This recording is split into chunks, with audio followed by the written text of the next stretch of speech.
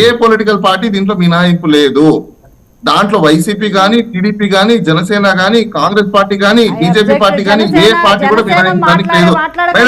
Madam దయచేసి చూడండి, political పార్టీలో ఫస్ట్ టికెట్ అమ్ముకోవడం మొదలు పెట్టిన మీరు, మీకు పేరు కూడా చెప్తున్నా, లాస్ట్ 2019లో సూర్యచంద్ర అనే వ్యక్తికి ఫస్ట్ ప్లేస్ లో మీరు టికెట్ ఇవ్వకుండా సెకండ్ ప్లేస్ లో థర్డ్ ప్లేస్ పెట్టారు. క్యాండిడేట్ కూడా మీరు టికెట్లు మీరు స్వతహాగా అమ్ముకున్నది. దాంట్లో నాకు తెలుసు. నేను ఓపెన్ అప్ చేయకండి ప్లీజ్.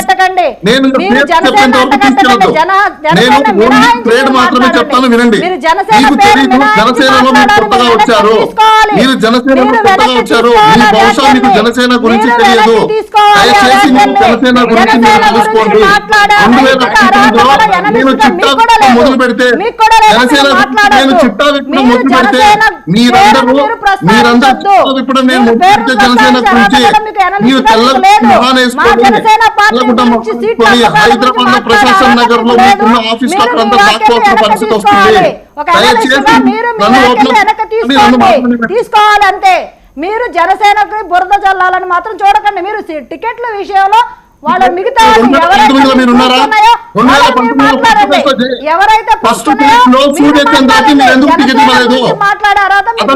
మెడల్ తీసుకొని బెస్ట్ సర్పంచ్ గా ఇచ్చిన అతనికి కూడా డబ్బులు డిమాండ్ చేశారు.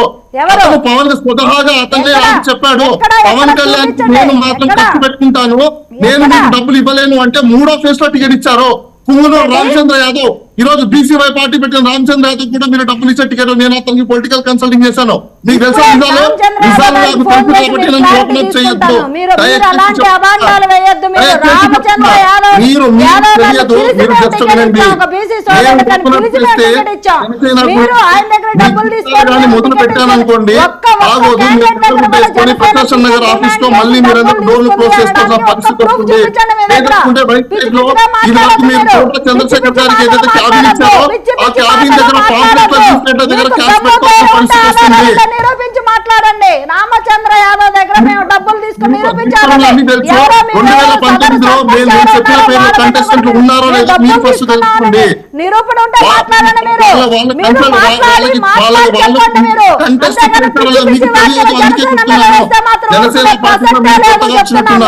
మేము నీతిగా నిజాయితీగా రాజకీయం చేస్తున్నాం. మీకు దమ్ముంటే నిరూపించండి. ఈ రోజు నేను జనసేన పార్టీ రాజీనామా చేస్తాను. రామచంద్ర యాదవ్ కి కన్సల్టెంట్ గా చేసింది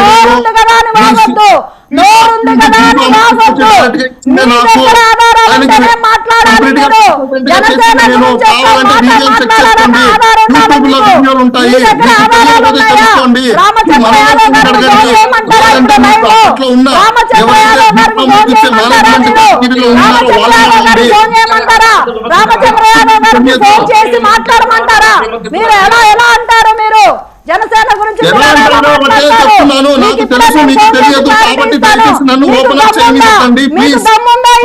తీసుకునే దమ్ము మీకుందా? రామచంద్ర యాదవ్ గారికి నేను ఫోన్ చేస్తాను ఇప్పుడే లైవ్ లో. మీరు చేయండి, ఇప్పుడే ఫోన్ చేసి మాట్లాడతాను. మీరు ఆధారం మీరు నిరూపించండి.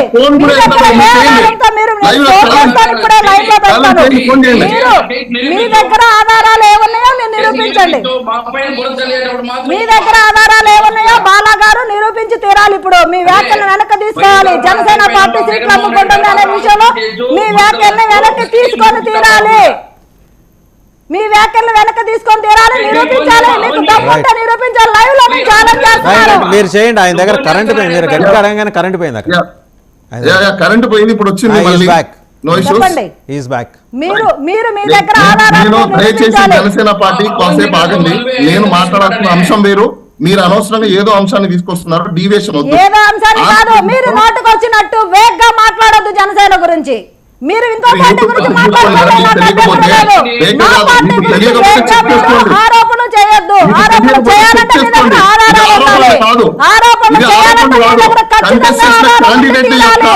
జనసేన మీద ఆరోపణ చేయాలంటే ఆధారాలు ఉంటే చేయాలి. వేగ్గా మాట్లాడితే సహించేది లేదు.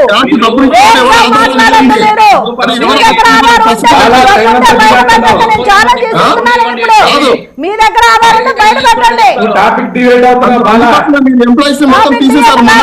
మీరు మన ఏదో ఎంప్లాయీస్ కూర్చొని మొత్తం మిమ్మల్ని తీసేస్తే తెలంగాణ అనలిస్టులు పేరుతో మీ ఇష్టం వచ్చినట్టు జనసేన మాట్లాడితే పార్టీలో జనసేన పసుపులేటి కలిపితే మేము ఎక్కడ సీట్లు అమ్ముకున్నామని నిరూపించండి మీరు. బయటకు వచ్చి అతను ఆవేదన మొత్తం చెప్పుకోవడం ఎవరు జరిగింది. బయటకు అది నిజమే. వచ్చాడు? ఎవరు అతను బయటకు చెప్పింది